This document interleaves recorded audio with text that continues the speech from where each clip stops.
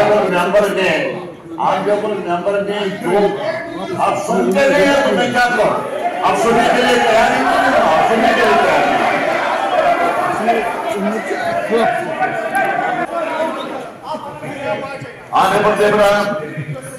मैं जम्मू कश्मीर सरकार की पहली असेंबली के पहले दिन ही आज जमकर हंगामा हुआ और हंगामा हुआ उसी बात पर जिसको लेकर जम्मू कश्मीर स्टेट से यूटी बना, यानी कि धारा 370। धारा 370 को लेकर आज असेंबली के पहले दिन पीडीपी द्वारा एक निजी रेजोल्यूशन लाने की बात की गई। उसके बाद बीजेपी के सभी विधायकों ने जमकर इसका विरोध किया और असेंबली के अंदर जमकर नारेबाजी हुई। हालांकि स्पीकर अब्दुल रहीम राठौर ने लगातार कोशिश की कि बीजेपी विधायकों को चुप कराया जाए, मगर वह इस बात को मानने को तैयार ही नहीं थे कि ऐसा कोई रेजोल्यूशन असेंबली के अंदर आना चाहिए। अब थोड़ा सा पीछे चलते हैं कि आज पहले दिन असेंबली में क्या क्या हुआ। सबसे पहले आज जम्मू कश्मीर यूटी की असेंबली के पहले दिन जो 4 दिन का छोटा सा सेशन एक शुरू हुआ श्रीनगर में, उसके पहले दिन लेफ्टिनेंट गवर्नर मनोज सिन्हा पहुंचे। उन्होंने सभी विधायकों को एड्रेस किया। जैसे ही सिन्हा साहब वापस लौटे, उसके बाद असेंबली की कार्रवाई शुरू हुई और सबसे पहले स्पीकर का चुनाव हुआ। 7 बार के विधायक नेशनल कॉन्फ्रेंस के वरिष्ठ नेता अब्दुल रहीम राठौर को सर्वसहमति से स्पीकर चुन लिया गया। उनके चुने जाने पर बीजेपी ने भी कोई विरोध नहीं जताया और यह कहा कि उनका अनुभव असेंबली के काम आएगा। Leader of opposition Sunil Sharma ने कहा कि अब्दुल रहीम राठौर एक सुलझे हुए व्यक्ति ही नहीं बल्कि एक परिपक्व विधायक भी हैं। 7 बार असेंबली में रह चुके हैं और अच्छी तरह से जानते हैं कि हाउस को कैसे चलाना है। उन्होंने राठौर साहब को शुभकामनाएं भी दी।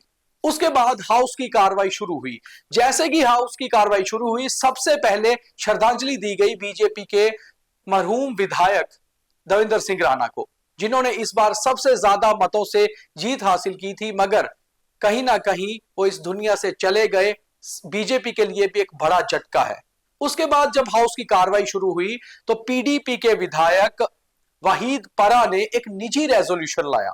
इस पर्सनल रेजोल्यूशन में उन्होंने कहा कि धारा 370 का जम्मू कश्मीर 5 अगस्त को हटाया जाना पूरी तरह से जो है गलत था। हालांकि इसको पहले ही सुप्रीम कोर्ट मान्यता दे चुका है कि जो धारा 370 हटाई गई थी 5 अगस्त 2019 को, वो जेन्युइन तरीके से थी।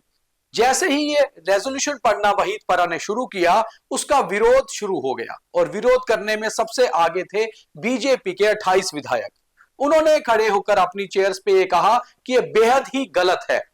रेजोल्यूशन इस तरह का हाउस के बिजनेस में ना ही था और निजी रेजोल्यूशन लाने से पहले स्पीकर से इजाजत लेनी पड़ती है। उसके बाद स्पीकर ने सभी विधायकों को चुप कराया और कार्रवाई आगे बढ़ी।